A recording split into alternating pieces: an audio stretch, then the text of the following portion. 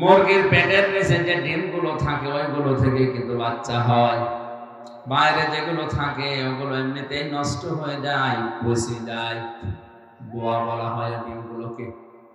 কোরআনে কারিমের অনুষ্ঠানে কষ্ট করে আসার ভেতরে কিছু আল্লাহ রেখে দিয়েছেন।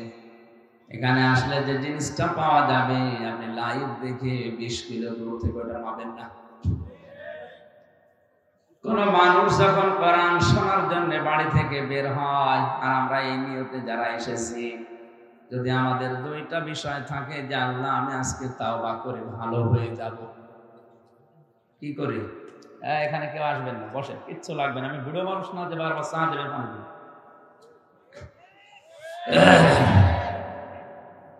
দাঁড়িয়ে থাকার দরকার নেই, বসে থাকে।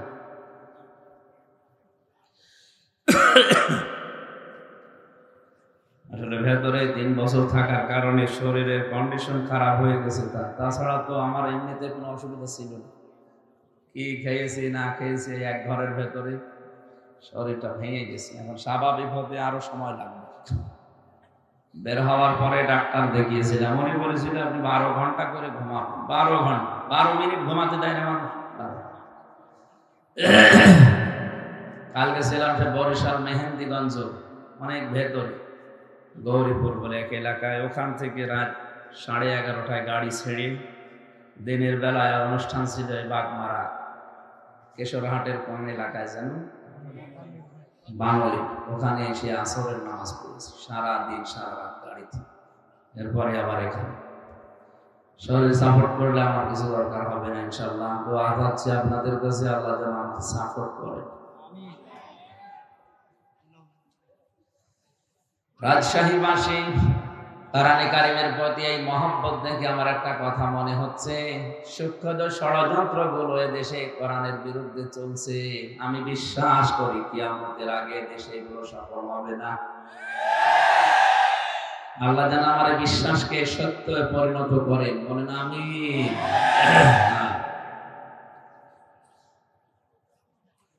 কোরআনে কারিম যারা শুনতে এসেছি, বিশ্বনবী মুহাম্মদ রাসূলুল্লাহ সাল্লাল্লাহু আলাইহি ওয়াসাল্লাম আয়াতের তাফসীর করতে গিয়ে তিনি নিজেই জানিয়েছেন, যারা উপস্থিত হয়ে শোনেন,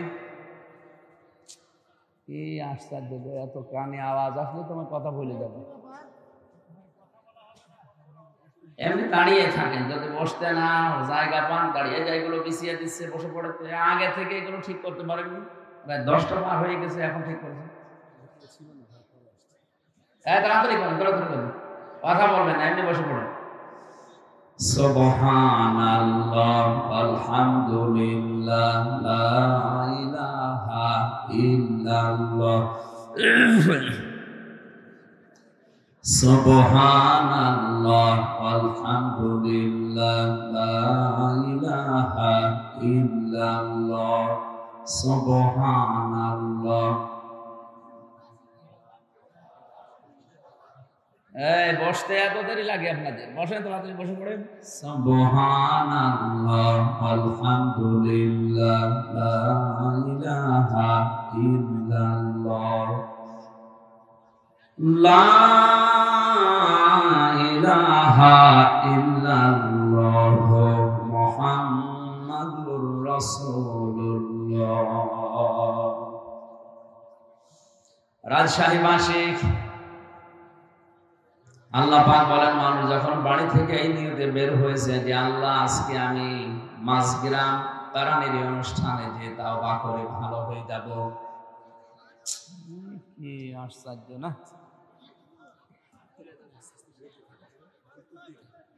বলতে তো থাকবো, ভুলে যাচ্ছি তো।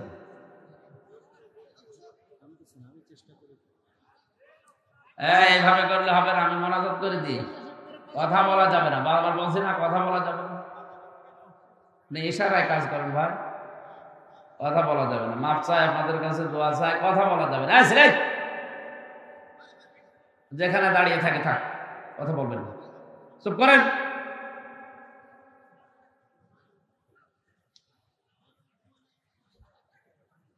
কোরআনে কারীম জানিয়েছে, ইল্লা মা তাবা ওয়া আমানা ওয়া আমিলা আমালান সালিহান ফাউলাইকা ইউবাদদিলুল্লাহু সাইয়্যাতিহিম হাসানাত ইলা আখিরি আয়াত। আল্লাহ পাক সূরা ফুরকানের এই ৭০-৭১ নাম্বার আয়াতে জানিয়েছেন, কোন মানুষ যদি এই নিয়ত করে বাড়ি থেকে আসে, আল্লাহ আমি আজকে তাওবা করে ভালো হয়ে যাব। এখানে আমার প্রশ্ন আলেমদের কাছে, তাওবা আর ইস্তেগফার এটা কিন্তু এক জিনিস না। এই দুইটার শব্দ অক্ষর আলাদা আলাদা। ইস্তেগফার আপনি সব সময় করতে পারেন, আস্তাগফিরুল্লাহ আস্তাগফিরুল্লাহ, আল্লাহুম্মা গফিরলি, আল্লাহ আমাকে মাফ করে দাও। কিন্তু তাওবা যদি কেউ করে, আল্লাহ পাক গ্যারান্টি দিয়েছেন তাওবা করলে ওর পেছনের যে অপরাধগুলো ছিল আমি আল্লাহ শুধু মাফ করে দেই না, ওই জায়গাটা পুরা ফাঁকা হয়ে যায়, পুরাটা নেকি দিয়ে ভরাট করে দেয়। আমার বয়স এখন ৩৩ বছর। এই ৩৩ বছরে যত অপরাধ জানা না জানা আমি করেছি, আজকের এই ময়দানে যদি সত্যিই তাওবা করার নিয়তে আমি বসি, আর যদি তাওবা করতে পারি, আর তাওবার উপরে যদি সত্যি সত্যি টিকে থাকতে পারি, কোরআনে কারীম গ্যারান্টি দিচ্ছে ফাউলাইকা ইউবাদদিলুল্লাহ, আল্লাহ যেন নিজের কুদরতি হাতের আঙ্গুল এভাবে দেখিয়েছেন। এটা তাফসীরে হাক্কানিতে পাবেন। আল্লাহ পাক যেন নিজের কুদরতি হাতে ভাবে আঙ্গুল দিয়ে ইশারা দিয়ে দেখাচ্ছেন রাজশাহী বাগমারা আর এই মাছ গ্রামে এই ময়দানের মানুষগুলো কি, এই মানুষগুলো যারা তাওবা করার নিয়তে বসে আছে, ফাউলাইকা ইউবাদদিলুল্লাহ বাদদালা ইউবাদদিলু তাবদীলান ফাহুয়া মুবাদদিলুন, এটা বদল হয়ে যাবে, পাল্টিয়ে যাবে, পরিবর্তন হয়ে যাবে। সাজ্জিয়াতিহিম হাসানাত, দুইটাই বহু বছর যত গুনাহ ছিল পুরা উল্টিয়ে ওইটাই নেকি দিয়ে পাল্টিয়ে দেব আমি আল্লাহ। আর আমাদের প্রশ্ন হচ্ছে তাওবা ইস্তেগফার তো সব সময় করছি, আল্লাহ আমারে মাফ করো, আমাকে মাফ করো, আস্তাগফিরুল্লাহ। গফার থেকে শব্দটা ইস্তেগফার বা ইস্তেফাল, আর তাওবা এটা কিন্তু ওই শব্দ না। আপনি যদি সত্যি এখানে বসে আজকে তাওবা করার নিয়ত করেন, কত বড় বিশাল একটা বেনিফিট পাওয়া যাচ্ছে। জাকিরুল ইসলাম শান্তু সাহেব 50 বছর বয়স, মনে করেন 50 বছরের দুনিয়ায় যত অপরাধ করেছে, যে ধরনের অপরাধ হোক, সব আজকে কোরআনের ইজ্জতে তাওবার খাতিরে আল্লাহ মাফ করে জায়গাটা নেকি দিয়ে ভরাট করে দেবে। এটা কি এমনি এমনি দেওয়ার কথা? তাওবাটা কি জিনিস? তাহলে আমাদের দেশে বিভিন্ন দরবারে গেলে মানুষকে তাওবা পড়ায় পীর সাহেবরা, যে আস্তাগফিরুল্লাহ রাব্বি মিন কুল্লি যামবি ওয়া আতুবু ইলাইহি, হয়ে গেল না। এটা তাওবার একটা বাক্য। কোরআনে কারীম জানিয়েছে কোন মানুষ যদি সত্যি তাওবা করে, তাহলে তাকে দুইটা শর্ত মানা লাগবে, আর একটা সময় মেইনটেইন করা লাগবে। সূরা জুমার 24 নম্বর পারার 3 নম্বর পৃষ্ঠার 12 নম্বর লাইনের 53 নম্বর আয়াতে আল্লাহ দলিল দিয়েছেন, আমরা তাওবা যদি করতে চাই শর্ত মানা লাগবে কয়টা? আরো জোরে বলেন। সময় একটা। শর্তগুলো কি কি এবার দেখেন তো। এত বড় বিশাল লাভের জিনিস আল্লাহ আমাদেরকে ময়দানে আসার কারণে দিচ্ছে, এটা খেলা করার জন্য না। ওয়ানিবু ইলা রাব্বিকুম ওয়াসলিমু লাহু মিন ক্বাবলি আইয়াতিয়াকুমুল আযাবু সুম্মা লা তুনসারুন। এটা তাফসীরে ফি জিলালিল কোরআনে পাবেন। সাইয়্যিদ কুতুব শহীদ রহমাতুল্লাহ আলাইহি তাফসীর করতে গিয়ে লিখেছেন, কোন মানুষ যদি সত্যি তাওবা করে, তাকে ফিরে আসা লাগবে 1 নম্বরে আল্লাহর দিকে। কার দিকে? এই শব্দটা শুনতে যত সহজ মনে হচ্ছে, প্র্যাকটিক্যাল লাইফে শব্দটা মিলানো অত সহজ না। কোন মানুষ যদি বলে আল্লাহ আমি তোমার দিকে ফিরে আসলাম, এ কথা বলার কারণে তার জীবনে অনেক কিছু ছাড়া লাগতে পারে। কথার ওজন টের পাচ্ছেন আপনি? না, কথার ওজন টের পাওয়ার কথা আলেমদের। এ পৃথিবীতে কেউ যদি বলে আল্লাহ আমি তোমার দিকে ফিরে আসলাম, ওর জীবনে বহু জিনিস ছেড়ে দেওয়া লাগতে পারে। হয়তো এতদিন লাল পানি খেয়েছে, অনেক আনন্দে ছিল, ওই লাল পানি ছেড়ে দেওয়া লাগবে না? লাগবে না? এতদিন মেয়ে বউ বেটার বউকে বেপরদায় চালিয়েছে, কেউ যদি বলে আল্লাহ তোমার দিকে ফিরে আসলাম, ওইটাও ছেড়ে দেওয়া লাগবে। আর ওইটা ছেড়ে দেওয়া কি অত সহজ? আপনি যদি আজকে যে বলেন আমি আল্লাহর দিকে ফিরে এসেছি, তওবা করে এসেছি ময়দান থেকে, আর তোমাদেরকে এভাবে রাস্তায় যেতে দেব না, এমন বউ আছে বলবে তোর ভাত আমি খাবো না। এই শব্দটা বলা যত সহজ ছিল, প্র্যাকটিক্যালি মিলানো অত সহজ। সূরা বুরুজের তাফসীরে পড়েছিলাম, ওই যে জালিম বাদশার নাম আমরা শুনেছি, তাকে ইউনূস, এই লোকটা জীবন্ত মানুষদেরকে অগ্নিকুণ্ডের ভেতরে যখন ফেলছিলেন, একটা ছোট মাসুম বাচ্চাকে প্রথমে যখন ফেলে দিয়েছে, তার মা কান্নাকাটি করছিল। আগুনের ভেতর থেকে বাচ্চাটা আওয়াজ দিচ্ছে, মা এটা আগুনের কুণ্ডলী না, এটা ফুল বাগান। তুমিও আমার মতো লা ইলাহা ইল্লাল্লাহ শব্দটা উচ্চারণ করে চলে আসো, আমার মতো তুমিও বাগানে থাকতে পারবে। এই দৃশ্য দেখে ওই বাদশার যে মন্ত্রী ছিল, সেও ছিল জালেম। এই দৃশ্য দেখার পরে চিন্তা করছে, প্রচন্ড অগ্নিকুণ্ডের ভেতরে, এ প্রজ্বলিত আগুনের ভেতরে যদি এ কালিমা পড়ার পরে ফুল বাগান মনে হয়, আমার জীবনের মন্ত্রিত্ব পাওয়ার পরও আমি এরকম বাগান পাইনি। আমি আজকেই তওবা করলাম, আমি ফিরে আসলাম। বাদশার কানে কথা যাওয়ার সঙ্গে সঙ্গে তার মন্ত্রিত্ব থেকে তাকে বাদ দিয়ে দিয়েছে। এত বড় কঠিন জিনিস হারানোর পরেও কিন্তু সে তাওবা ত্যাগ করেনি। আর আপনি আজকে এখান থেকে আনিবু ইলা রাব্বিকুম, এ শব্দ শোনার পরেই মনে করছেন তো সহজ শব্দ, আল্লাহর দিকে ফিরে আসা, এই আর কি? এই আর কি? আপনি মিলিয়ে দেখেন আপনার জীবনে কত কিছু ছেড়ে দেওয়া লাগতে পারে। 2 নাম্বার শর্তটা আরো কঠিন, আসলিমু লাহু, আত্মসমর্পণ করা লাগবে। এটা শিখিয়েছিলেন আমাদের জাতির পিতা হযরত ইব্রাহিম নবী আলাইহিস সালাম। আত্মসমর্পণ আল্লাহর বিধানের সামনে কি করে করা লাগে, তার জীবনে 50টা পরীক্ষা দিয়ে তিনি আমাদেরকে দেখিয়েছেন। وَإِذِ ابْتَلَى إِبْرَاهِيمَ رَبُّهُ بِكَلِمَاتٍ فَأَتَمَّهُنَّ قَالَ إِنِّي جَاعِلُكَ لِلنَّاسِ إِمَامًا قَالَ وَمِنْ ذُرِّيَّتِي قَالَ لَا يَنَالُ عَهْدِ الظَّالِمِينَ। সূরা বাকারার 124 নম্বর আয়াতে আল্লাহ বলেন, আমি ইব্রাহিমকে পদে পদে পরীক্ষা নিয়েছি জীবনে। এখানে আয়াতে আমার আল্লাহ 50টা পরীক্ষার নাম দিয়েছেন।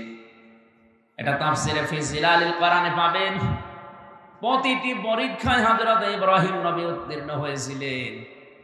তার ঈমানের যে পরীক্ষা ছিল, ঈমানের পরীক্ষা ছিল 10টা, আমলের পরীক্ষা ছিল 30টা, তার খাসলাত বা অভ্যাসের পরীক্ষা ছিল 10টা। এই 50টা পরীক্ষা পড়া কোরআনে আল্লাহ সাজিয়েছেন। আমি জেলখানায় 3টা বছর বসে বসে মাওলানা মামুনুল হকের সাথে আমি এই বিষয়গুলো শেয়ার করে করে সাবজেক্টগুলো বানিয়েছিলাম। 50টা পরীক্ষা যদি তাফসীর আকারে একটা একটা করে বলা হয়, 50 দিন লাগবে, এত কথা আছে।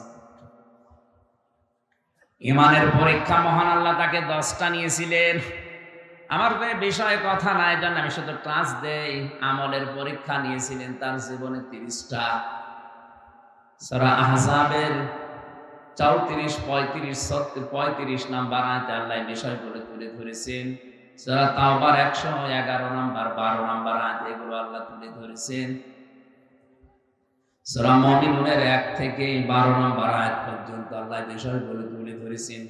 30টা পরীক্ষায় তিনি 30টাই পাস করেছিলেন। তার শরীরের ভেতরে স্বভাব সংক্রান্ত কিছু বিষয় আল্লাহ পরীক্ষা নিয়েছিলেন। 10টা পরীক্ষায় তিনি উত্তীর্ণ। এই 50টা পরীক্ষায় পাশ করার পরে আল্লাহ তাকে ঘোষণা দিয়ে জানিয়েছেন, তোমাকে আমি মানব জাতির জন্য নেতা ইমাম বানিয়ে দিলাম। হযরত ইব্রাহিম সঙ্গে সঙ্গে বলেছিলেন, আল্লাহ, নেতৃত্ব দেওয়ার এই গুণাবলী এটা কি শুধু আমি পেয়েছি, নাকি আমার সন্তান আদি দুনিয়ায় যারা আসবে তারাও এটা পাবে, যে তারাও নেতৃত্ব দিতে পারবে? ভালো করে শুনুন। আমার সন্তান আদি যারা আছে তারা কি নেতৃত্ব দিতে পারবে মানব জাতিকে? আল্লাহ পাক সঙ্গে সঙ্গে জবাব দিয়েছিলেন,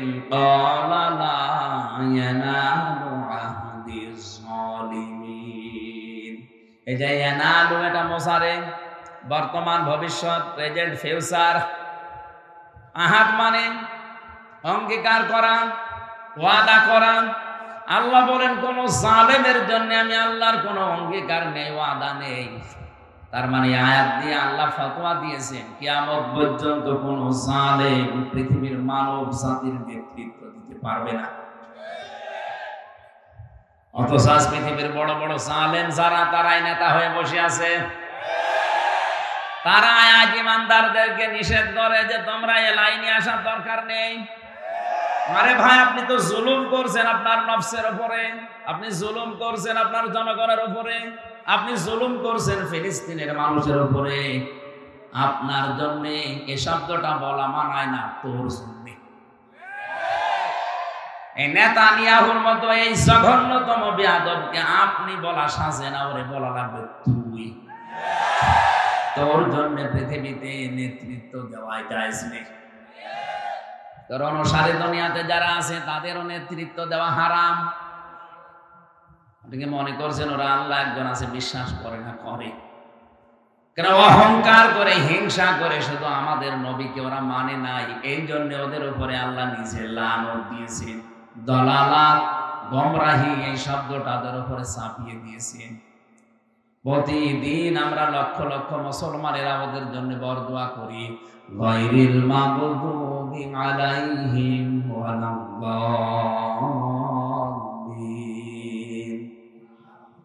এই শব্দটা বলা হয় 17 ওয়াক্ত নামাজ, 17 রাকাত নামাজ যদি কেউ ফরজ নামাজও পড়ে প্রতিদিন, সুন্নত নফল মুস্তাহাব নাও পড়ে, শুধু ফরজ নামাজ পড়ে, তাও 17 বার এই বরদোয়া আপনি ইহুদি খ্রিস্টানদের উপরে দিতে আছেন 5 ওয়াক্ত নামাজে। আর যদি নফল সুন্নত পড়েন, ওয়াজিব পড়েন, তাহলে কয়েকশো বার আপনার মুখ দিয়ে আল্লাহ একটা কথাই বের করে নিচ্ছে, বলো যে তোমাদের উপরে আল্লাহর লানত, গজব, তোমরা গোমরাহ। কিয়ামত পর্যন্ত ইহুদিদের উপরে আল্লাহর লানত, আল্লাহর গজব। তাফসীরে আমি যে 2টা কারণ পেয়েছি এদের উপরে গজব নাযিল করা। আল্লাহ রাব্বুল আলামিন 2টা কারণের ভেতরে দিয়েছে, ওরা সত্যকে সত্য জানার পরেও মানত না, হিংসা করে আর অহংকার করে। ওদের তাওরাতে, ওদের ইনজিলে লেখা ছিল আমাদের নবী মুহাম্মদুর রাসূলুল্লাহ শেষ নবী, সর্বশ্রেষ্ঠ নবী। কিন্তু নিজেদের ধর্মে, ইহুদি ধর্মে, খ্রিস্টান ধর্মে মুহাম্মদুর রাসূলুল্লাহ আসে নাই। এই কারণে তারা জানার পরও অহংকার করে, হিংসা করে মানত না। লেগে সত্যকে সত্য জানার পরে যদি কেউ হিংসা করে, অহংকার করে, না মানে, আল্লাহ পাক বলেন কিয়ামত পর্যন্ত তার উপরে আমার লানত, আমার বরদোয়া, আমার গজব। বলেন নাউজুবিল্লাহ। এই আয়াত পড়ার পরে মনে হচ্ছে এটা শুধু এখন আর ইহুদি খ্রিস্টানদের উপরে নেই, এটা আমাদের উপরেও এখন চাপতেছে। কারণ এখানে হাজারো মুসলমান সত্যকে সত্য জানার পরও আজ অনেকে মানতে চায় না, হিংসা করে আর অহংকার করে। ও কিন্তু জানে যে কুষ্টিয়া থেকে আমির হামজা এসেছে, ওর বাবার কথা বলবে না, কথা বললে কোরআন দিয়েই বলবে, দলিল দিয়েই কথা বলে। এরপরও হিংসা করে মানে না, না এ তো আমার দলের মুরিদ না, এ তো আমার দলের লোক না। যে হিংসা করে, অহংকার করে মানে না, এগুলো এক প্রকার ইহুদি খ্রিস্টানদের মতো। রাজশাহী বিভাগে নেই, হ্যাঁ, আমি আসলিমর ব্যাখ্যায় ছিলাম। জাতির পিতা ইব্রাহিম আলাইহিস সালাম আসলিমও করেছিলেন, যেভাবে উম্মতি মুহাম্মদী আমরা যারা দাবি করছি যে তাওবা করি ভালো হয়ে যাব, আমরা যদি তার মতো আসলিমও করতে পারি। গাছের মাথায় বসে কোড়াল দিয়ে কাঠ কাটছিলেন। আল্লাহ পাক বলেন আসলিম ইয়া ইব্রাহিম, হে ইব্রাহিম আত্মসমর্পণ করো। গাছের মাথায় বসে প্রশ্ন করেছিলেন কিভাবে, বলেন ওখান থেকে খাতনা করো। ওই যে ইব্রাহিম নবীর স্বভাব সংক্রান্ত যে 10টা বিষয় বলেছিলাম, পরীক্ষা নিয়েছিলেন আল্লাহ, তার ভেতরে খাতনা করা একটা। এটা ইব্রাহিম নবীর সুন্নাহ। তাকে যে 10টা বিষয়ে তার শারীরিক পরীক্ষা আল্লাহ নিয়েছিলেন, তার ভেতরে এই খাতনা করা একটা। গাছের মাথায় বসে কোড়াল দিয়ে কাঠ বাদ দিয়ে খাতনা করে বললেন আসলামতু লিরাব্বিল আলামিন। আল্লাহ, আমি আত্মসমর্পণ করলাম তোমার বিধানের সামনে। এখন আমার নিজের বলতে আর কোনো কথা নেই, তোমার কথাই আমার কথা। রাজশাহী ভাষী এই শব্দটা আমি যত সহজে বললাম, আপনি নিজের বাস্তব জীবনে এত সহজে কি মিলানো সম্ভব? বলেন। সূরা তাওবাতে পড়েছি ইয়া আইয়ুহাল্লাযীনা আমানু লা তাত্তাখিযু আবাকুম ওয়া আবনাকুম আউলিয়া ইন ইসতাহাব্বুল কুফরা আলাল ঈমান ওয়া মান ইয়াতাওয়াল্লাহুম মিনকুম ফাউলাইকা হুমুজ যালিমুন। ওহে যারা বিশ্বাস করো আল্লাহ একজন আছে, কিয়ামত হবে, তারা শোনো, কখনো তোমাদের মা বাবা, তোমাদের সন্তানাদি, স্ত্রী পুত্র, এগুলোকে এরা যদি ঈমানের পরিবর্তে কুফরিকে বেশি ভালোবাসে, তাদের সাথে সম্পর্ক রাখা যাবে না। শব্দটা কত কঠিন আপনি জানেন। বদরের ময়দানে পরীক্ষা দিয়েছিলেন সাহাবায়ে কেরাম এই আয়াতের। হযরত সিদ্দিক আকবর রাদিয়াল্লাহু তাআলা আনহুর সন্তান আব্দুল্লাহ যুদ্ধের পরে এসে বলছে, বাবা আমি কিন্তু জিহাদের ময়দানে বদরে তোমারে পেয়েছিলাম, কিন্তু তুমি আমার বাবা, এজন্য আমি কিছু বলি নাই। হযরত আবু বকর সিদ্দিক ওই সময় বলেছিলেন, সন্তান তুমি আমার যুদ্ধের ময়দানে পাবার পরও সুযোগ পেয়েও কিছু বলো নাই বাবা মনে করি।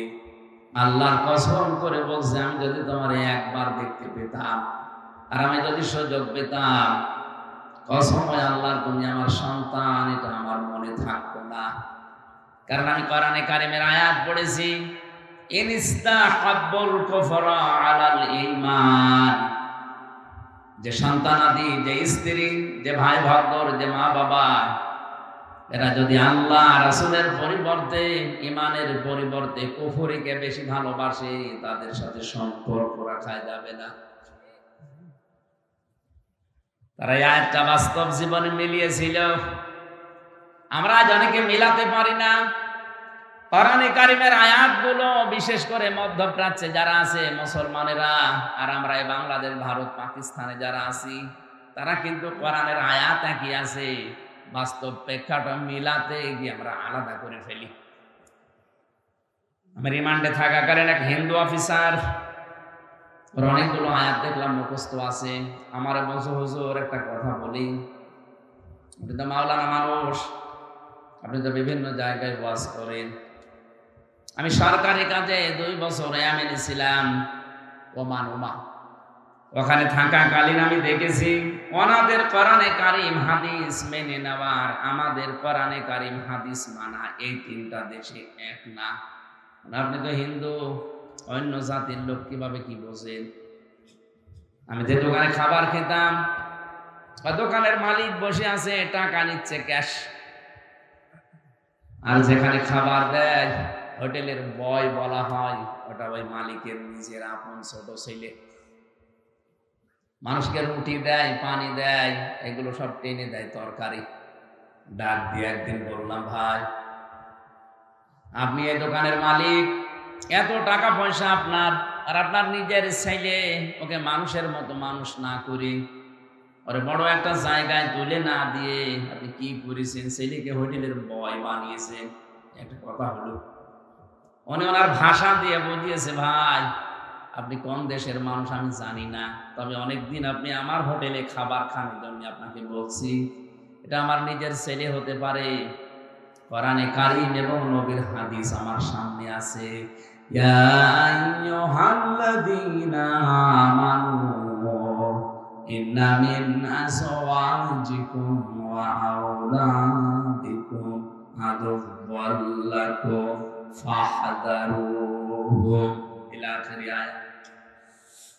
ওই হিন্দু অফিসার আমাকে বলছেন, হুজুর এ দোকানের মালিক আমাকে কোরআনে কারীমের সূরা তাগাবুনের 14 নাম্বার 15 নাম্বার আয়াত আমাকে শোনালো। আমারও কোরআনের অনেক আয়াত মুখস্থ আছে, আমি বাংলা সহ মুখস্থ করেছি। আমাকে অনেক বোঝাতে চেয়েছে যে আল্লাহ পাক জানিয়েছেন, ইমানদারেরা তোমাদের স্ত্রী সন্তান কখনো কখনো তোমাদের শত্রু হয়ে দেখা দেবে, সুতরাং তাদের থেকে সতর্ক থাকবা। আমার এই সন্তানটাকে আমি যা মনে করি আপনাকেও আমি একই জিনিস মনে করি, কারণ আল মুসলিম আখুল মুসলিম, মুসলমান মুসলমানের ভাই। আপনি জাতিতে কি আপনাকে তো আমি চিনি না, তো মুসলমান মনে করি বলছি। আমার এই নিজের আপন সন্তানকে আমি যা মনে করি পৃথিবীর 175 কোটি মুসলমানকে আমি তাই মনে করি না। এখানে বোঝার চেষ্টা করেন তো কথাটা কি বোঝাতে চাইলেন তিনি। যে আমার দায়িত্ব ছিল নবীর হাদিস অনুযায়ী আমার এই সন্তানের একটা সুন্দর নাম রাখা, আমি ওর নাম রেখে দিয়েছি আব্দুর রহমান। 2 নম্বরে ওকে আমি দ্বীনের শিক্ষা দেওয়া, এটা আমার দায়িত্ব ছিল। দ্বীনের শিক্ষা মানে হাফেজ মাওলানা সাহেব বানানো লাগবে না, ইসলাম মানতে যতটুকু প্রয়োজন অতটুকু শিক্ষা দেওয়া ফরজ আমি শিখিয়েছি। অন্তত ইসলামের যে মৌলিক জিনিস এগুলো মানতে পারে। 3 নম্বরে ওকে একটা সৎ পাত্রী দেখে পাত্রস্থ করা আমার দায়িত্ব ছিল, আমি একটা সৎ পাত্রী দেখে ওকে বিয়ে দিয়েছি। 4 নম্বরে ওকে একটা হালাল কর্মজীবন তৈরি করে দেওয়া আমার দায়িত্ব ছিল, আমি দিয়েছি আমার সামর্থ্য অনুযায়ী। আমার দোকানেও কর্মচারী হয়ে কাজ করেন, মনে করেন 20,000 টাকা বেতন পায়, এটা দিয়ে ওর সংসার হালাল ভাবে ভালোভাবে ওর স্ত্রী নিয়ে চলছে, কোনো অসুবিধা নেই। আমি তো আর ওর জন্য 5 লাখ 10 লাখ 20 লাখ টাকা খরচ করে হারাম কোনো কাজে সুপারিশ করে একটা চেয়ারে বসিয়ে দিতে পারি না। কথাটার ওজন কত আপনি টের পাচ্ছেন? আজ বাংলার 1734 জন মানুষ দায়িত্বে আছেন। এই ওমানের এই দোকানদার মুসলমানের মতো যদি এদের মন মানসিকতা তৈরি হয়ে যেত, এই দেশে ঘুষ নেওয়ার জন্য পিটিও লোক পাওয়া যেত না। তিনি কি বোঝাতে চেয়েছেন?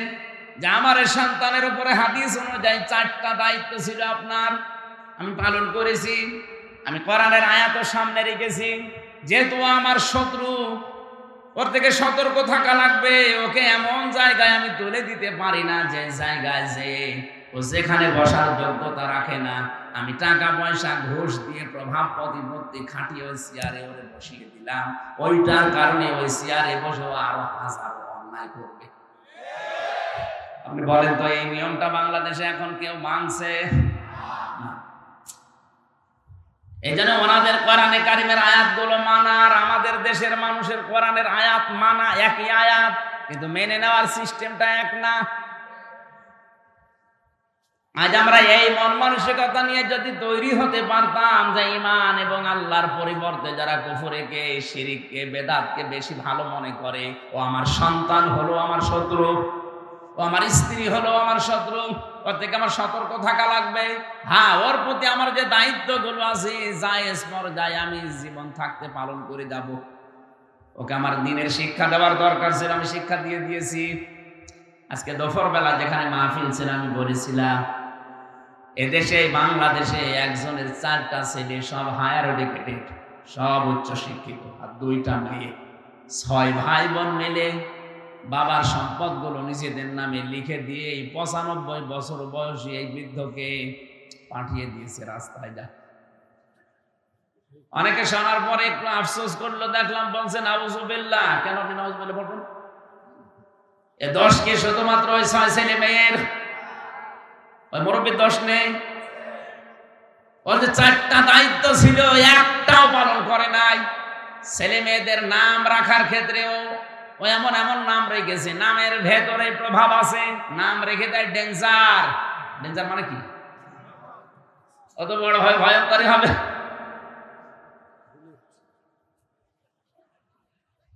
নাম রেখে দিয়েছে বুলেট, ও তো যারে তারে মারবে। নামের একটা প্রভাব আছে। তা আমি একটা সুন্দর নাম, আমার দায়িত্ব ছিল বাবা হিসাবে, মা হিসাবে আমি রেখে দিয়েছি। ওকে দিনের শিক্ষা দেওয়ার দরকার, আমি দিয়েছি। ওই বাবাটাকে এমনি আজ 95 বছর বয়সে রাস্তায় ছেড়ে দেয়নি। অত কিছুদিন পরে রাস্তায় মরে যাবে, কুকুরে শ্রীগালে টেনে পড়ে থাকবে, টেনে টেনে খাবে। আমার তো ঘটনা দেখার পরে ফেসবুকে এরকম মনে হচ্ছে যে বাংলাদেশে আজ অনেকের কপালে এটা অপেক্ষা করছে। এরকটা তার 6টা ছেলে মেয়েকে অনার্স মাস্টার্স করিয়েছে, কিন্তু বাবা কি, আল্লাহর পরে বাবার স্থান এটা এই সন্তানেরা জানে না। এমন শিক্ষা ব্যবস্থায় শিক্ষিত করেছে, যদি ওরে আপনি প্রথমে 3 বছর কোরআন শেখাতেন এই 6টা ছেলে মেয়েকে, দুনিয়া একদিকে চলে গেলে ওই 95 বছর বয়সী বৃদ্ধ বাবাকে রাস্তায় ছেড়ে দিত না। আমাদের শিক্ষা ব্যবস্থা যেহেতু সিস্টেমগুলো এখন অনেকাংশে নেই, আমরা নিজেরা মুসলিম হিসাবে সচেতন হয়ে, আমি গ্যারান্টি দিচ্ছি আপনাকে, কোরআন সামনে নিয়ে ছেলে মেয়ে হোক 3টা বছর তাকে কোরআনে কারিমের শিক্ষাটায় রাখতে, এরপরে তাকে ডাক্তার, ইঞ্জিনিয়ার, বৈজ্ঞানিক যাই বানাবেন বানান, ও যত বড় হবে কোনদিন ও এটা ভুলবে না যে আপনি কিন্তু আল্লাহর পরে আপনার স্থান। এখনো পর্যন্ত যদি মুরব্বীর মতো রাস্তায় শেষ বয়সে আসতে না চান, ডেনে পড়ে মরে কুকুরের খাবার হতে না চান, ছেলে মেয়েদেরকে এখনো 3 বছর কোরআনে কারিমের শিক্ষায় অভ্যস্ত করেন। দোকানদার আমাকে বলছে, ভাই আমি 3 বছর আমার কোরআনে কারিম শিক্ষার যে ব্যবস্থা আমাদের শিক্ষা ব্যবস্থায় ছিল, আমার সন্তানকে আমি শিখিয়েছি। ও ইসলামের মৌলিক বিষয়গুলো এখন জানে, যে 5 ওয়াক্ত নামাজ পড়া লাগে, রোজা রাখার আগে রমজানে সম্পদ এই পরিমাণ থাকলে যাকাত দেওয়া লাগে, এই পরিমাণ সম্পদ থাকলে হজ করা লাগে, আল্লাহর পরে মার বাবার স্থান, এই মৌলিক বিষয়গুলো জানা আছে, আমি ওকে জানিয়ে দিয়েছি। 3 নাম্বার, ওকে একটা সৎ পাত্রী দেখে আমি পাত্রস্থ করেছি। বিয়ে দেওয়ার সময় আমি ওর শ্বশুরের কাছ থেকে যৌতুক নিইনি। যে সমস্ত বাবার মারা ছেলে মেয়েকে বিয়ে দেওয়ার সময় যৌতুক নেন, আপনি ছেলেকে মেয়ের বাবার কাছে বিক্রি করে দিয়েছেন। আপনি হয়তো টের পাচ্ছেন না গোপনে কি হয়। যৌতুক নিয়ে যারা বিয়ে করে ওরা সারা জীবন ওই স্ত্রী লোকের কাছে গোলামের মতো থাকে। কিছু হলে কিন্তু রাতে খোঁটা দেবে। এই কথা বলছেন না কেন? আপনি তো ছেলে বিয়ে দেননি, ছেলেকে আপনি বিক্রি করে দিয়েছেন। আমার ছেলেকে আমি ওই করি নাই, আমার ছেলেকে আমি একটা সৎ পাত্রী দেখে যৌতুক নেইনি, বিয়ে দিয়ে এনেছি। আর আমাদের দেশে যৌতুক নেইও। 4 নাম্বারে, ওকে আমি একটা হালাল কর্মজীবন আমার সামর্থ্য অনুযায়ী তৈরি করে দিয়েছি। আজ বাংলার প্রতিটি বাবা, প্রতিটি দায়িত্বশীল যদি এই মনে করে কোরআনের এই আয়াতটা, সূরা তাগাবুনের এই আয়াতটা মেনে নিত, বাংলাদেশে আল্লাহর কসম ঘুষ চলতো না। প্রত্যেকটি মানুষের ভেতরে এই সেন্স থাকতো যে কার জন্য আমি করব। আমার ছেলের জন্য, আমার গ্রামের ছেলের জন্য, কুষ্টিয়ার জেলার ছেলের জন্য, রাজশাহীর ছেলেও তা, কুষ্টিয়ার ছেলেও তা, আমার নিজের আপন ছেলেও তা, সবই আমার কাছে সমান। শত্রু হলে আমার নিজের ছেলেও শত্রু হতে পারে, শত্রু হলে কুষ্টিয়ার ছেলেও শত্রু হতে পারে। কথা বলেন না কেন? আল্লাহ আমাদেরকে কোরআনের আয়াতটা এইভাবে অনুধাবন করে মানার তৌফিক দান, বলেন আমিন। হযরত ইব্রাহিম নবী আলাইহিস সালাম যেভাবে আত্মসমর্পণ করেছিলেন, সত্যি সত্যি যদি ওভাবে আল্লাহর 500 বিধান আছে কোরআনে, জানার পরে আপনি মাথা নত করে দেন, সারেন্ডার করেন, এই 2টা শর্ত মানবেন। কখন? মিন ক্বাবলি আইয়াতিয়াকুমুল আযাবু সুম্মা লা তুনসারুন। আল্লাহ পাক বলেন ওই আযাব আসার পূর্বে তোমার এই দুইটা শর্ত মানা লাগবে, যখন তোমাদেরকে আর সাহায্য করা হবে না। রাজশাহীবাসী মন খুলে বলেন আমাদেরকে সাহায্য করা হবে না কখন? মরণের সময়। কখন? বলেন বলেন। আর মরণ তো আসবে 71 সালে। কখন? 41।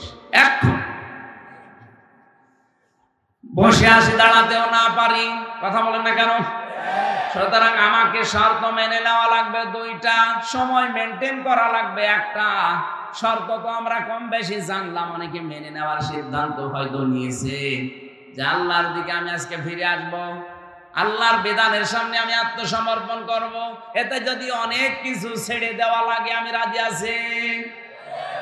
ইব্রাহিম নবী ছাড় দিয়েছিলেন না? তার বাবাকে ছেড়ে দিয়েছেন। যখন আগুনে ফেলছিল ওই কঠিন মুহূর্তে তিনি তাকিয়ে দেখলেন যে চড়কা আছে, চড়ক গাছ, এটা তার বাবা পর্যন্ত ধরে ঘোরাচ্ছে। তিনি কেঁদে ফেললেন, ডাক দিয়ে বলে রব্বুল আলামিন, দুনিয়ায় বিপদে পড়লে মানুষ বাবা আসে সাহায্য করার জন্য, আর আমি আজকে দেখতে পেলাম আমার বাবা নিজে আমাকে আগুনে ফেলার জন্য নিজে চড়ক গাছ ধরে ঘোরাচ্ছে। আমার বিশ্বাস হয়ে গেছে আসমান জমিনে তুমি ছাড়া আর কেউ নেই, মাবুদ তুমি আমাকে বাঁচাও। ফেরেশতা এসেছিল, তিনি নেননি। আল্লাহ পাক তার এই ঈমানটা দেখার পরে আগুন পর্যন্ত ফুল বাগান বানিয়ে দিয়েছেন। সালামান শব্দ দিয়ে পুরো আগুনের বাগান, আগুনের কুণ্ডলকে আল্লাহ সালামান দিয়ে বেহেশতের বাগান বানিয়ে দিয়েছেন।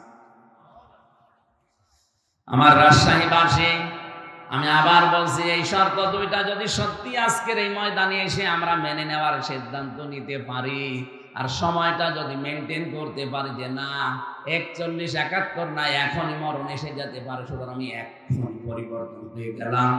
আল্লাহর ঘোষণা মিথ্যা হবে না। বাড়ি যাওয়ার আগে আপনাকে মনে হবে যে আপনার মা কেবল প্রসাব করেছে, আপনি বেগুনা ব্যক্তির মতো হয়ে যাবেন। এই নিয়তেই তো আমরা এসেছি নাকি বলেন? আল্লাহ পাক আমাদেরকে সূরা ফুরকানের এই 71 নম্বর আয়াত আমাদের জীবনে যেন কার্যকর করে দেন, বলেন আমিন। দরুদ আর সালাম পড়ে আজকের তেলাওয়াত কিন্তু আয়াত গুরুত্বপূর্ণ দুইটা আয়াত পড়েছে সূরা হিজর থেকে 43, 44 নম্বর আয়াত। আমার যতটুকু কোরআনের উপরে আয়াত আছে, আমি যতটুকু তাফসীরে আয়াতের উপরে দেখেছি, আমার তো মনে হচ্ছে এই যে গরমে 1-1.5 ঘন্টা না, কিয়ামত পর্যন্ত আয়াতের কথা বললেও কথা শেষ হবে না। এত কথা আল্লাহ লুকিয়ে রেখেছে, শুধু টান দিয়ে বের করা লাগবে। আজকে আমরা চেষ্টা চালাবো তাফসীর আকারে আবিষ্কার করার, ইনশাআল্লাহ। জবান করে কোরআন শোনার জন্য পড়েন, আউযু বিল্লাহি মিনাশ শাইতানির রাজিম, বিসমিল্লাহির রহমানির রহিম,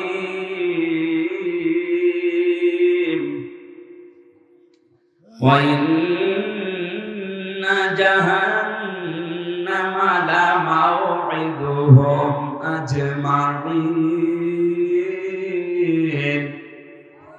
লাহা সাবআতু আবওয়াব, লিকুল্লি বাবিম মিনহুম জুজউম মাকসুম।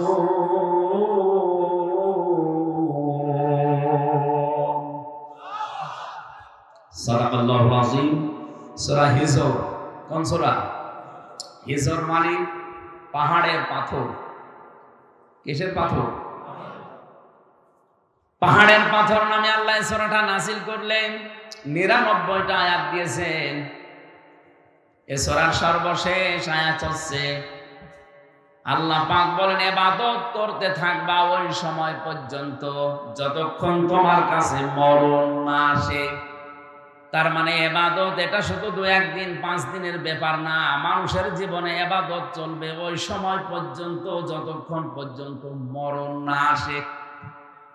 এখন ইবাদতটা কি? আমরা অনেকে এখানে ধারণা করে রেখে দিয়েছি। এই সূরার সর্বশেষ আয়াত কি? ওয়া'বুদ, তোমরা ইবাদত করো, রব্বাকা, তোমার রবের। হাত্তা যতক্ষণ ইয়াতিয়াকাল ইয়াকিন তোমার কাছে মরণ না আসে।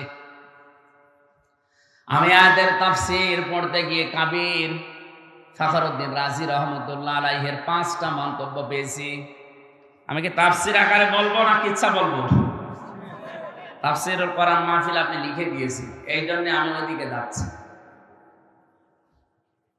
যেহেতু ধারণাটা পাল্টাতে হবে ইবাদতের। মানুষ মনেই করে ইবাদত মানে মসজিদে যতক্ষণ নামাজ পড়ি ওইটা ইবাদত, রমজান আসলে যতক্ষণ 11-12 ঘন্টা রোজা রাখি ওইটা ইবাদত, হজ করতে গিয়ে যে 4-5 দিন সময় লাগে ওইটা ইবাদত, যাকাত শুধু বছরে একবার যে কয় মিনিট দিয়েছি ওইটা ইবাদত। কে বলেছে আপনাকে?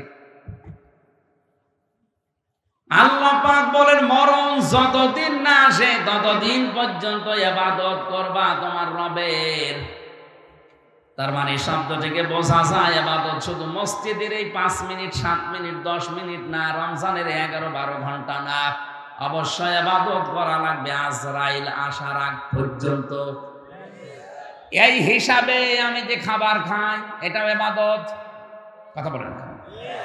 কেউ যদি সকালবেলা উঠে নাস্তা করার সময় বলে বিসমিল্লাহির রহমানির রহিম, এই শব্দ বলার পরে মুখে খাবার দেয়, 8 মিনিট 10 মিনিট 15 মিনিট 20 মিনিট ধরে যদি রুটি খায় খাবার খায়, পুরা খাবারটাই হয়ে যাবে ইবাদত।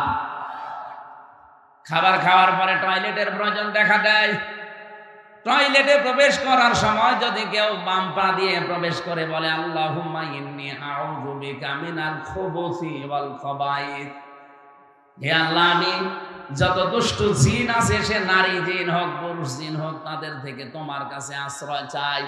এই শব্দটা বলার পরে যখন মানুষ টয়লেটে বসে তখন শয়তানের চোখের উপরে পর্দা পড়ে যায়। এখানে কত হাজার হাজার মুসলমান আছে এই শব্দটা বলে টয়লেটে বসবে, এইটাও বলে না, ও জানেও না। শয়তান কিন্তু জান্নাত থেকে আদম হাওয়াকে বের করে দেবে, এটা তার টার্গেট ছিল না। প্রথমে ওর প্রথম টার্গেট ছিল আদম হাওয়াকে আমি কি করে উলঙ্গ অবস্থায় লজ্জার স্থান দেখব। এজন্য এই শব্দটাকে নবীজি আমাদের শিখিয়েছেন, শয়তান যেন তোমাদের লজ্জা স্থান থেকে আনন্দ করতে না পারে। আজ যারা নিজেদের শরীরকে উন্মুক্ত করে গোপন অঙ্গগুলো মানুষকে দেখি আনন্দ পায়, বুঝবেন ওইটার ভেতরে আর শয়তানের ভেতরে কোনো পার্থক্য নেই। আমরা বাংলাদেশ সহ একটা বিশ্বে একটা প্রাণী দেখি, কুকুর, 1-1.5 হাত লেজ। কথা বলে না কেন?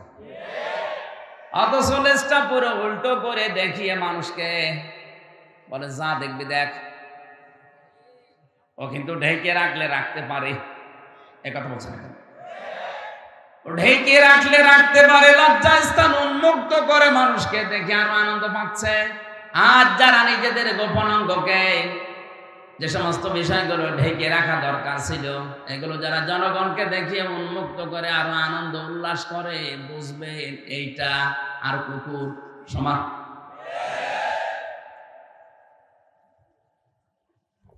শয়তান সবচাইতে বেশি খুশি হয় যৌনতা ছড়াতে পারলে। যখন দেখে মানুষ উলঙ্গ অর্ধ উলঙ্গ হয়ে রাস্তাঘাটে আসে, শয়তান তখন তাকে জাল হিসাবে ব্যবহার করে।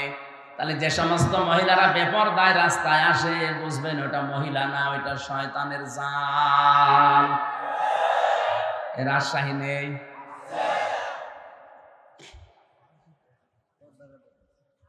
কোন মহিলাকে নবীজি দাজ্জুস বলেন নাই হাদিসে, দাজ্জুস লা ইয়াদখুলুল জান্নাহ, এটা মুযাক্কার শব্দ। ওই পুরুষ মানুষ দাজ্জুস যার মেয়ে পর্দার ভেতরে কন্ট্রোলে থাকে না, যার স্ত্রী পর্দার ভেতরে কন্ট্রোলে থাকে না, যার বোন পর্দার ভেতরে কন্ট্রোলে থাকে না, যার মা পর্দার ভেতরে কন্ট্রোলে থাকে না। নবীজি ওই পুরুষকে বলেছেন দাজ্জুস, ওর জন্য জান্নাত হারাম। এই হাদিস অনুযায়ী বাংলাদেশে কত মানুষের উপরে জান্নাতে যাওয়া নিষিদ্ধ, আপনি চিন্তা করে দেখেন। আজকে থেকে আমলটা আমরা ইবাদতটা আরম্ভ করব। টয়লেটে যদি 8 মিনিট 10 মিনিট আপনি সময় ব্যয় করেন, এই দোয়াটা পড়ে বসার সঙ্গে সঙ্গে ইবাদত আরম্ভ হয়ে যায়। বলেন ওইটাও আবার ইবাদত? হ্যাঁ, ওইটাও ইবাদত। ওখান থেকে যখন ডান পা দিয়ে আপনি বের হয়ে বলেন গফরানাক, কি বলেন? কেন বলেন বলেন তো? এই কথাগুলো ভালো করে বোঝেন। কেন আপনি 8-10 মিনিট 15 মিনিট টয়লেটে বসে থাকার পরে ডান পা দিয়ে বের হওয়ার সময় গোফরানাকা বলেন? আল্লাহকে বলতে চান, মাবুদ আমি এই 10 মিনিট পর্যন্ত তোমার জিকিরের, তোমার তাওবার, তোমার ক্ষমার বাইরে ছিলাম, আমি পড়তে পারি নাই। এই জন্য বের হওয়ার পরে আমি তোমার কাছে বলছি গোফরানাকা, আমাকে আগে মাফ করে দাও। আলহামদুলিল্লাহিল্লাযী, সব প্রশংসায় তোমার। আযহাবা আন্নিল মাযা ওয়াফানি, প্রশংসা এই জন্য করছি যে তুমি আমার পেট থেকে গান্ধা জিনিসগুলো বের করে দিয়ে, এই কষ্টদায়ক বিষয়গুলো বের করে দিয়ে তুমি আমাকে নিরাপত্তা দিলে, স্বস্তি দিলে, শান্তি দিলে। এই শব্দটা শুধু বলা না, বাস্তবে যদি আমার আল্লাহ সত্যি এটা বন্ধ করে দিত, টয়লেট যদি কারো বন্ধ হয়ে যায়, প্রসাব যদি বন্ধ হয়ে যায়, ডাক্তার আছে, আমারও কয়েকদিন আগে চট্টগ্রামে থাকাকালীন বন্ধ হয়ে গিয়েছিল প্রসাব। ডাক্তারকে দেখানোর পরে আমারে বলছে 12,000 টাকা খরচ হবে এটা আবার চালু করার জন্য।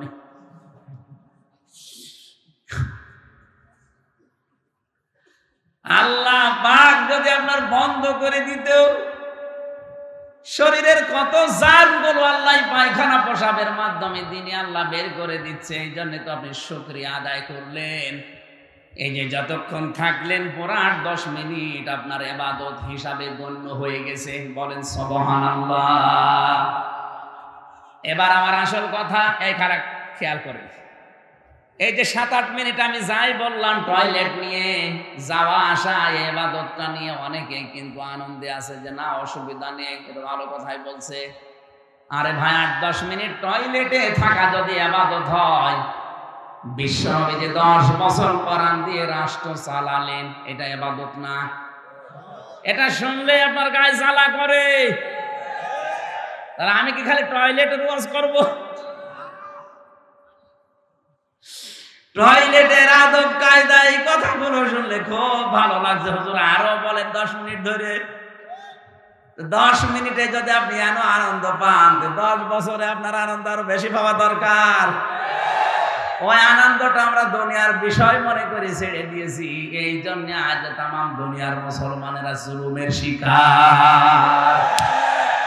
কথা কত দূর গেল আপনি মনে হয় টের পাননি? টের পেয়েছেন? সুতরাং ইবাদত শুধু টয়লেট না, ইবাদত শুধু প্রসাব পায়খানা না, ইবাদত এই পৃথিবীকে কোরআন দিয়ে চালানো ইবাদত। যতদিন আজরাইল না আসে এই দায়িত্ব আমাকে পালন করতেই হবে, পালন করাই লাগবে। এই সূরার মূল কথা, শেষের কথা এইটা ছিল। আমি পড়েছি 43 আর 44 নাম্বার আয়াত। এর উপর প্রথম থেকে আল্লাহ আলোচনা করেছেন আদম আর হাওয়াকে নিয়ে, তাদেরকে বানানো, তাদেরকে সেজদা দেওয়া, তাদেরকে কিছু শেখানো, এই সমস্ত কথাগুলো ছিল। আল্লামা আদম আল আসমা কুল্লাহা সুম্মা আরাদাহুম, এই আয়াতের ব্যাখ্যায় আমরা অনেকেই মনে করি আদম এবং হাওয়াকে মহান আল্লাহ পাক শুধু নাম শিখিয়েছিলেন আদমকে, এ কচু, আলু, পটল, ঝিঙা না। ওনাকে যত গুরুত্বপূর্ণ বিষয় দুনিয়াতে আছে, সব ন্যায় এবং অন্যায়ের মৌলিক বিষয়গুলো একটা ক্লাসে আল্লাহ তাকে শিখিয়েছিলেন। আসমা এসএম এর বহু বছর। এর ভেতরে তাফসিরের ভেতরে আমি পেয়েছি পৃথিবীতে যত ন্যায় এবং অন্যায় এর মৌলিক বিষয়, যত বিবেক কাজ করে, সব ওই ক্লাসে আল্লাহ আদমকে শিখিয়েছিলেন। কারণ ক্লাস নিয়েছে সরাসরি কে? আর ছাত্রকে আদম নবী। জায়গা কোনটা? আপনি কি একটু চিন্তা করতে পারেন? যিনি ক্লাস নিচ্ছেন তিনি সরাসরি আল্লাহ, যিনি ক্লাস করছেন তিনি সাধারণ মানুষ না, তিনি নবী। আর যে জায়গায় ক্লাস হচ্ছে এটা রাজশাহী ভার্সিটি না, কোন জায়গা? এত বড় একটা গুরুত্বপূর্ণ ক্লাসে আলু, পটল, ঝিঙা এইটা শেখাবে আপনার মনে হয়? ওগুলো তো এমনি শেখানো যায়। উনি শিখিয়েছিলেন এইটা মানব জীবনের ন্যায় কি, অন্যায় কি, এইগুলো আল্লাহ ওই ক্লাসে শিখিয়েছিলেন। এই জন্য বাবার পক্ষ থেকে আমরাও এটা অটোমেটিক পেয়ে গেছি। ন্যায় কোনটা, অন্যায় কোনটা, এটা আমরা এমনিতেই জন্মগতভাবে বুঝি, কারণ ওই বাবার পক্ষ থেকে পেয়েছি। এই কথাগুলো প্রথম দিক থেকে এর উপর প্রথমে ছিল। আল্লাহ রাব্বুল আলামিন শেষ পর্যন্ত আদম আলাইহিস সালামকে জানিয়ে দিলেন, হে আদম, তোমাকে আমি পাঠিয়ে দিলাম তোমার স্ত্রী এবং ওই শয়তানকে সাথে দিয়ে। সাথে পাঠালাম আমার হেদায়া, আমার পথ নির্দেশিকা। যদি মেনে আসতে পারো, যেখান থেকে পাঠিয়ে দিলাম আবার এই জায়গায় ফিরিয়ে নিয়ে আসবো। আর যদি মেনে নিয়ে আসতে না পারো, ওয়া ইন্না জাহান্নামা লামাউইদুহুম আজমাইন, যারা মানবে না তাদেরকে ওই শয়তানের সাথে একত্রিত অবস্থায় জাহান্নামে পাঠাবো। কোন জায়গায়? বলেন বলেন। এবার আলোচনা শুরু করছে আয়াত থেকে। আল্লাহ রাব্বুল আলামিন যে হেদায়েত বাণী পাঠিয়েছেন যুগে যুগে, তার সর্বশেষ হেদায়েতের নাম হচ্ছে কোরআন কারীম। হুদান লিন্নাস, হাদা বায়ানুন লিন্নাস। এই কোরআন কারীম থাকার পরেও যারা আল্লাহর বিধানগুলো মেনে চলতে পারে না, ব্যর্থ হয়, ওই মানুষগুলোকে আল্লাহ শয়তানের সাথে জাহান্নামে একত্রিত করবে। এখানে আজমাইন বহু বছর দিয়েছেন। যে জাহান্নামে আল্লাহ প্রবেশ করাবেন, ওই জাহান্নামের বর্ণনা এবার দিচ্ছেন। লাহা সাবাতু আবওয়াব। এই হার মারসা ওই জাহান্নামের দিকে, কারণ আয়াত শুরু হয়েছে জাহান্নাম দিয়ে। আল্লাহ বলেন এই জাহান্নামের দরজা 7টা। জাহান্নামের দরজা কয়টা? সারা জীবন আমরা এখানে অনেকেই পড়েছি জাহান্নাম 7টা, জান্নাত 8টা। কোন জায়গায় পেয়েছেন আপনি? এই যে জাকিরুল ভাই, কোনদিন পেয়েছেন যে জাহান্নাম 7টা, জান্নাত 8টা? পেয়েছেন? কোন জায়গায় পড়িয়েছেন? শুনিয়েছেন? শুনে কোরআনে কারিমে সূরা হিজরের 44 নম্বর আয়াতে আল্লাহ দলিল দিচ্ছেন জাহান্নামে একটা, তার দরজা 7টা, জান্নাত একটা, দরজা 100টার উপরে। আমরা হয়তো 8টা বেশি জানি তাই বলি, আমরা 7টা বেশি জানি তাই বলি এগুলো, কিন্তু জাহান্নামের স্তরও অনেকগুলো আছে। এই আয়াতের ভেতরে আল্লাহ 7টার বর্ণনা দিচ্ছেন। লাহা সাবাতু, সাবাতু মানে কি? 7। বাবের বহু বচন আবওয়াব। জাহান্নামের দরজা 7টা। লিকুল্লি বাবিম মিনহুম জুজউম মাকসুম। দুনিয়াতে যে যে ধরনের অপরাধ করবে, আল্লাহ তাকে ওই দরজা দিয়ে প্রবেশ করিয়ে শাস্তি দেবে। প্রত্যেকের জন্য আলাদা আলাদা দরজা আছে। এখানে প্রাইমারি স্কুল নাকি যেন দেখলাম, তাহলে 1 থেকে 5 পর্যন্ত এই প্রাইমারিতে পড়ায়। এর আলাদা আলাদা ক্লাসরুম আছে না? কথা বলেন। যে যেই শ্রেণীতে পড়বে ওই দরজা দিয়ে সে প্রবেশ করবে। ক্লাস 1-এ পড়ে, 5-এ যে ক্লাস করতে পারবে? ও 5-এ উঠতে হলো এখনো 5 বছর পড়া লাগবে। এখানে স্কুল কয়টা আছে বলেন তো? বলেন বলেন। ক্লাসরুম। আল্লাহ পাক বলেন জাহান্নামও একটা, এর দরজা 7টা। লিকুল্লি বাবিম মিনহুম জুজউম মাকসুম। দুনিয়াতে যে যে ধরনের অপরাধ করছেন তাকে আল্লাহ ওই দরজা দিয়ে প্রবেশ করিয়ে ওই রকম শাস্তি দেবে। এখন কোন দরজা দিয়ে প্রবেশ করলে কিরকম শাস্তি হয়, এটা আজকে কোরআনে কারীম থেকে জেনে যদি দেখি আমি এই দরজায় যাওয়ার উপক্রম হয়ে গেছে, আমি এই দরজা দিয়ে প্রবেশ করার উপযুক্ত, তাহলে এখনো তো তওবা করার সময় আছে। ওই কাজগুলো ছেড়ে দিয়ে জান্নাতের যে 100টা দরজা আছে, স্তর আছে, যে কোনো এক দরজায় দিয়ে একটু দাঁড়াই। এক কথা বলে না কেন? এবার আসেন তো একটা একটা করে আমরা দরজাগুলো দেখি। যত কঠিন দরজা আমি কোরআনে পেয়েছি, সব চাইতে বড় কঠিন দরজার নাম হচ্ছে হুতামা। নাম কি? আর জোরে বলেন। এটা তো মারাত্মক দরজা। এই দরজা দিয়ে প্রবেশ করার পরে যে ঘরের ভেতরে, জাহান্নামের ভেতরে আগুন আছে, এটা সাধারণ না। নারুল্লাহিল মুকাদা। আল্লাহ পাক বলেন এই দরজা দিয়ে যাদেরকে প্রবেশ করাবো, এই দরজার ভেতরে যে আগুন আছে ঘরে, এই জাহান্নামের আগুনটা আমি নিচে জ্বালিয়েছি। আল্লাতী তাত্তালিউ আলাল আফিদা। এই আগুনের বৈশিষ্ট্য হচ্ছে, কোন আগুন হচ্ছে? দুনিয়ার আগুন কোন জায়গায় লাগলো ওই জায়গা পুড়ে যায়। আর জাহান্নামে হুতামার এ দরজা দিয়ে প্রবেশ করে যে আগুন পাবেন, ওইটা যেখানেই লাগবে আগে কলিজা পুড়ে যাবে। রাজশাহীবাসী কথাটা কত মারাত্মক কথা। শরীরে লাগলে শরীর পড়বে না, আগে কলিজা পড়বে। এখন এই মারাত্মক ভয়ঙ্কর জাহান্নামের এই দরজা দিয়ে প্রবেশ করবে কারা? মানুষ হত্যা করেছে যারা, জেনা করেছে যারা, না একেবারে ছোট ছোট অপরাধের কথা আল্লাহ দিয়েছে। যেটাকে আমরা গোনায় মনে করি না। এখন দেখেন তো আমাদের ভেতরে এটা আছে কিনা। আমি কথা কি বোঝাতে পারছি? এক কথা বুঝতেছে? প্রথম নম্বর দরজার নাম হোতামা। এখানে যাবে কারা?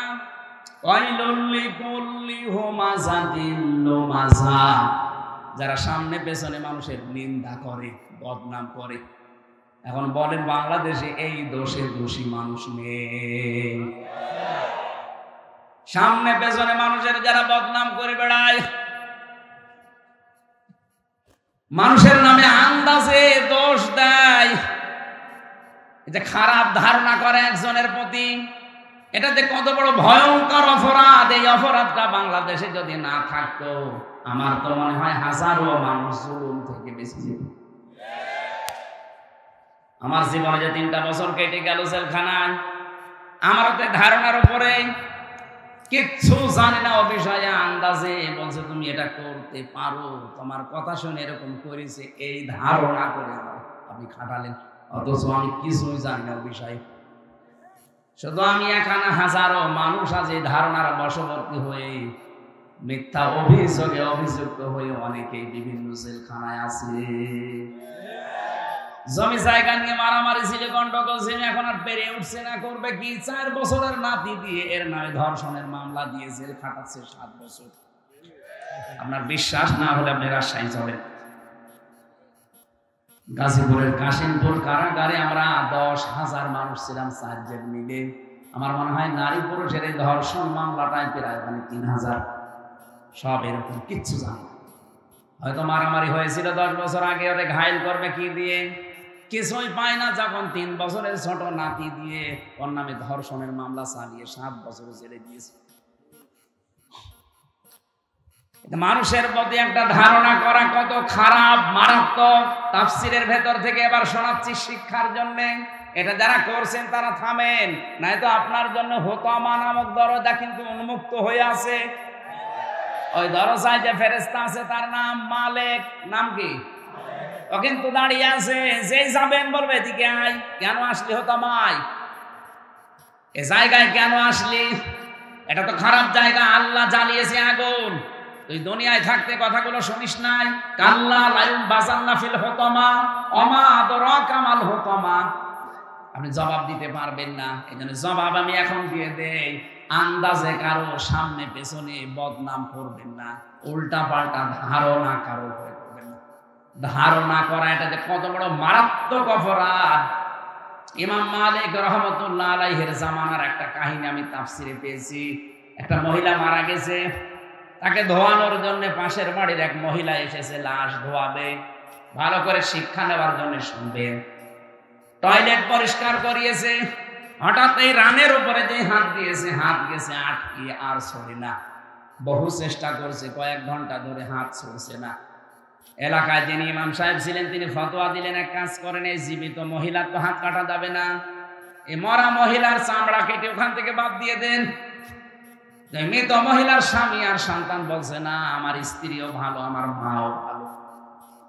মারা গেছে সে নিকার মহিলা, তার লাশ কেটে এখন বাদ দিয়ে দেবেন চামড়া, আমরা মানি না।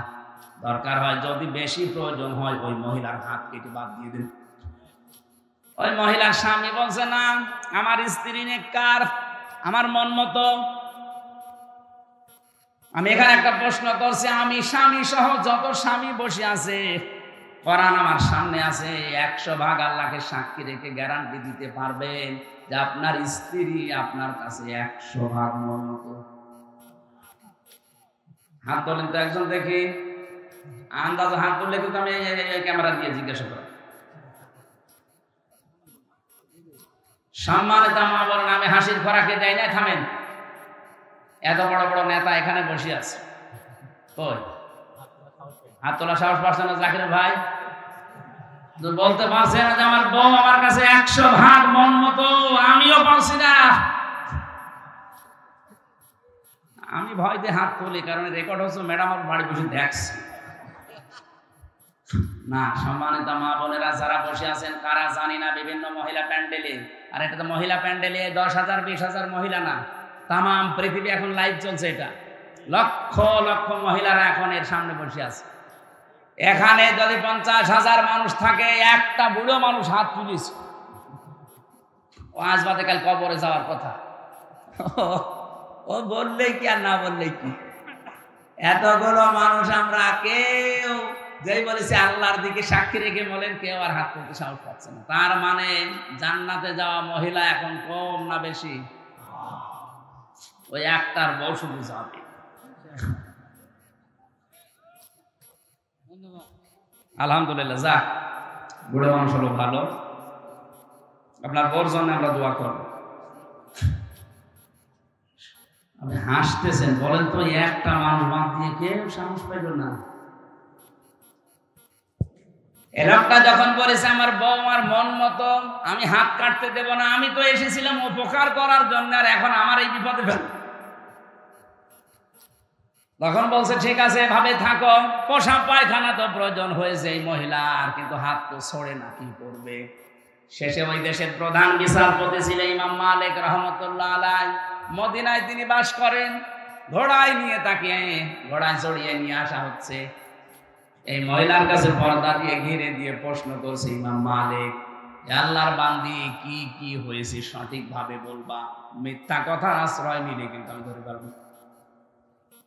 ঘোড়া থেকে প্রথম থেকে একটা একটা করে বলছে, আমি এই করেছিলাম, আমি তো আপন মনে এসে লাশ ধোয়ানোর জন্য প্রসাব পায়খানা পরিষ্কার করিয়ে শুধু রানের উপরে হাত দিয়েছি, আর হাতটা আটকিয়ে গেছে।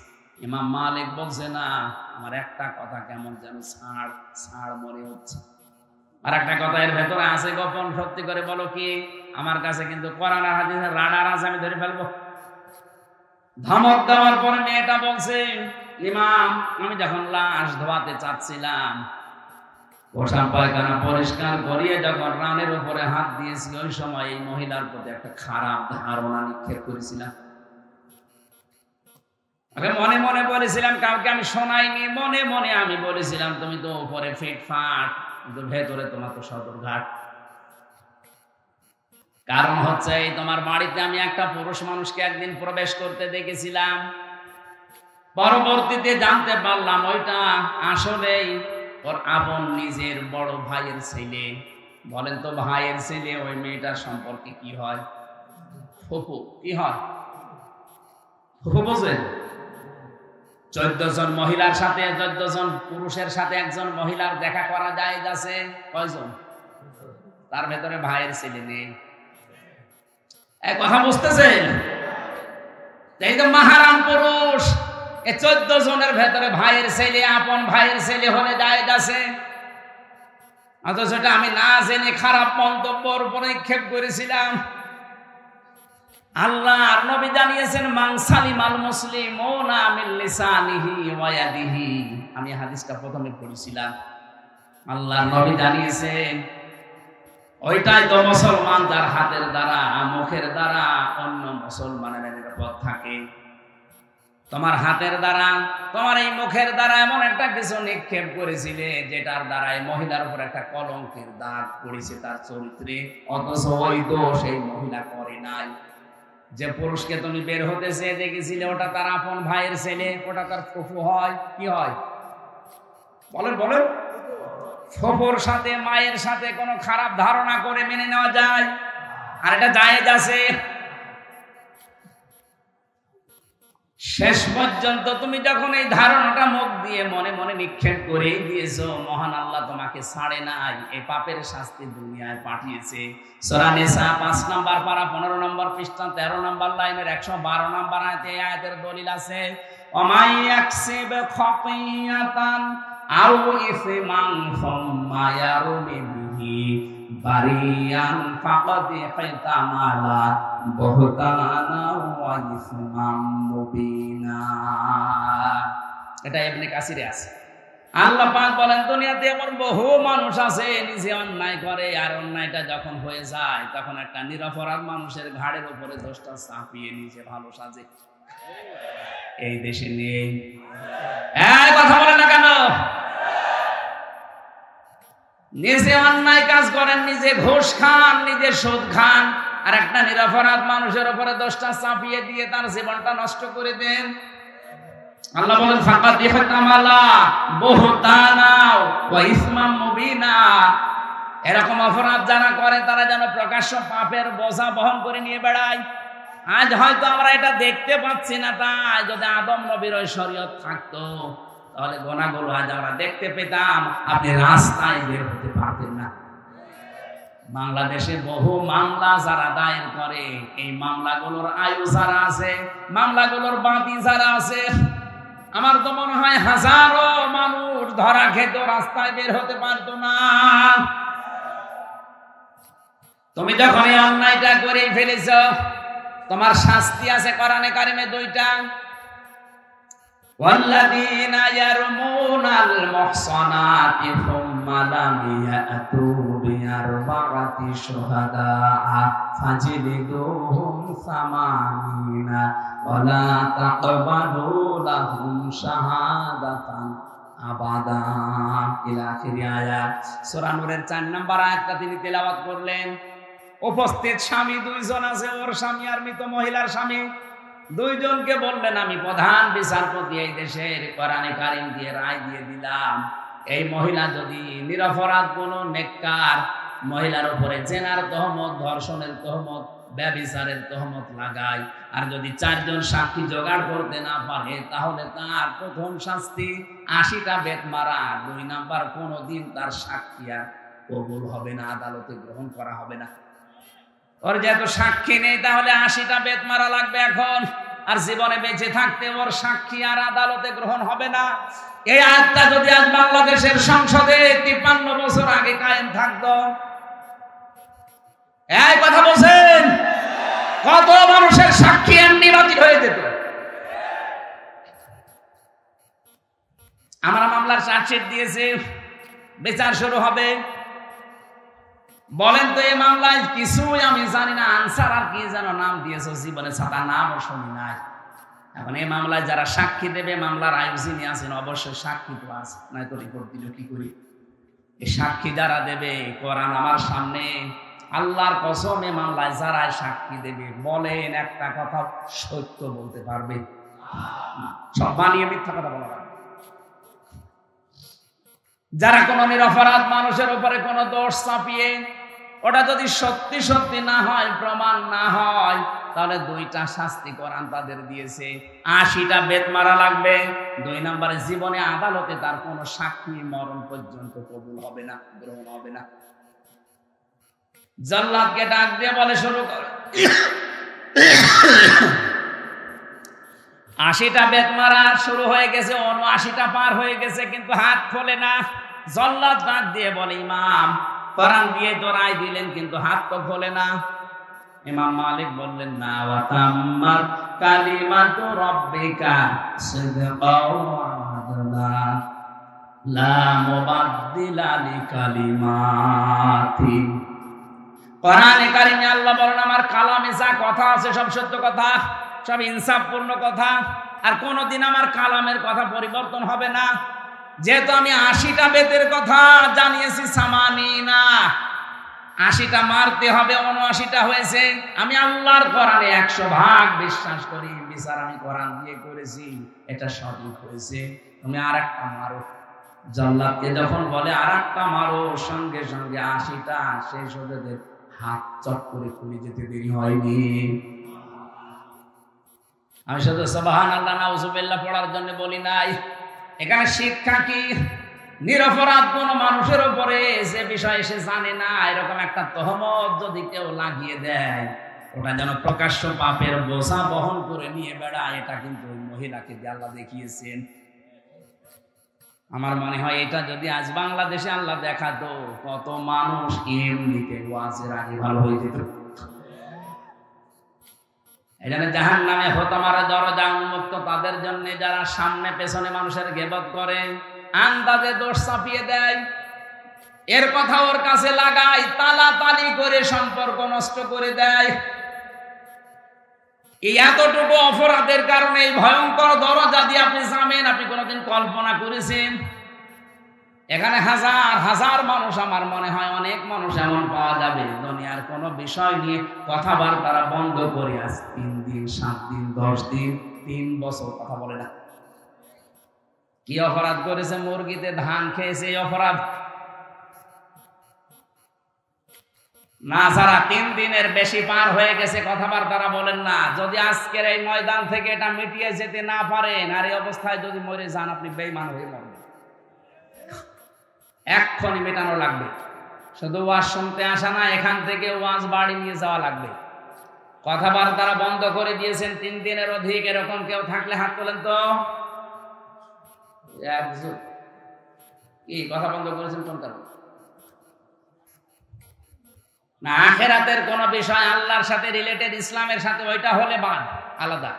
দুনিয়ার কোন বিষয়ের সাথে সম্পর্কিত কোন বিষয় নিয়ে যদি কথাবার্তা কেউ বন্ধ করে অবস্থায় মারা যান, আপনি কিন্তু 3 দিন পার হয়ে গেলে যদি মিটিয়ে ফেলতে না পারেন, আল্লাহর কসম আপনি বেঈমান হয়ে মরবেন, ঈমান পাবেন না। আপনার নামাজ, রোজা, দাড়ি, টুপি, পাগড়ি সব মাঠে মারা যাবে। আর এটা বেশিরভাগ হয় এই তালাতালি করার কারণে। সুতরাং এই গুনাহ থেকে আমরা যেন আজকেই মুক্ত হয়ে যেতে পারি। যারা এগুলো বন্ধ করে আছেন, যদি নিজের থেকে উদ্যোগ নিয়ে কথা আরম্ভ করতে পারেন, আল্লাহর আরশ আপনার উপরে খুশি হয়ে যাবে। এই আমলটা জারি করা যায় না? অন্তত যে 2 জন হাত তুললো এরা তো পারে নাকি?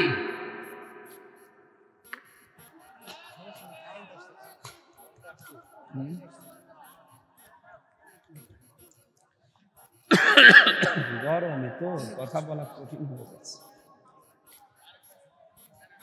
তাড়াতাড়ি করেন। সুবহানাল্লাহ আলহামদুলিল্লাহ লা ইলাহা ইল্লাল্লাহ। সুবহানাল্লাহ আলহামদুলিল্লাহ লা ইলাহা ইল্লাল্লাহ। সুবহানাল্লাহ আলহামদুলিল্লাহ। এই লাইন দেন না কেন?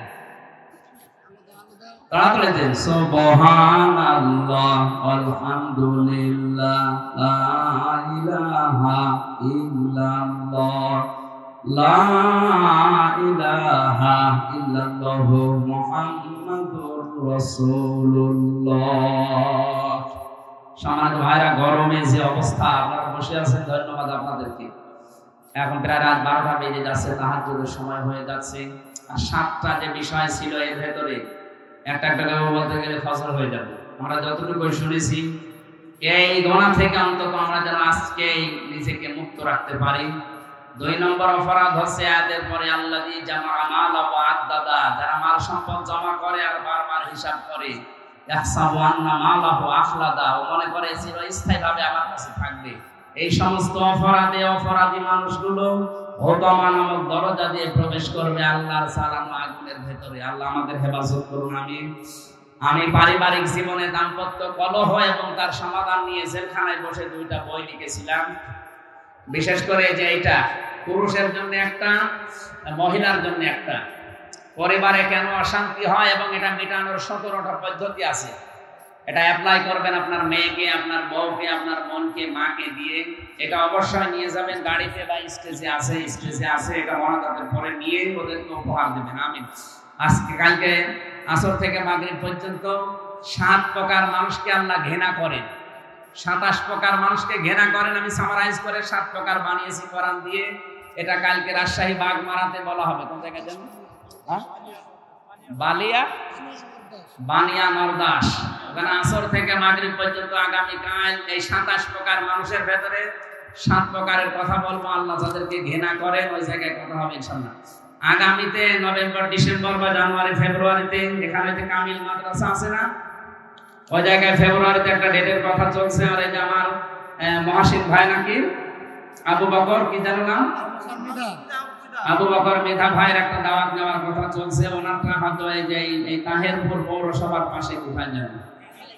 আমরা আলাদা আলাদা সাবজেক্টের উপরে কথা বলবো ইনশাআল্লাহ। সামনে আসবো, আমরা হেদায়েতমূলক কথা বলার চেষ্টা চালাবো। আমরা ডেট আছে কিন্তু যেখানে সেখানে তো দেওয়া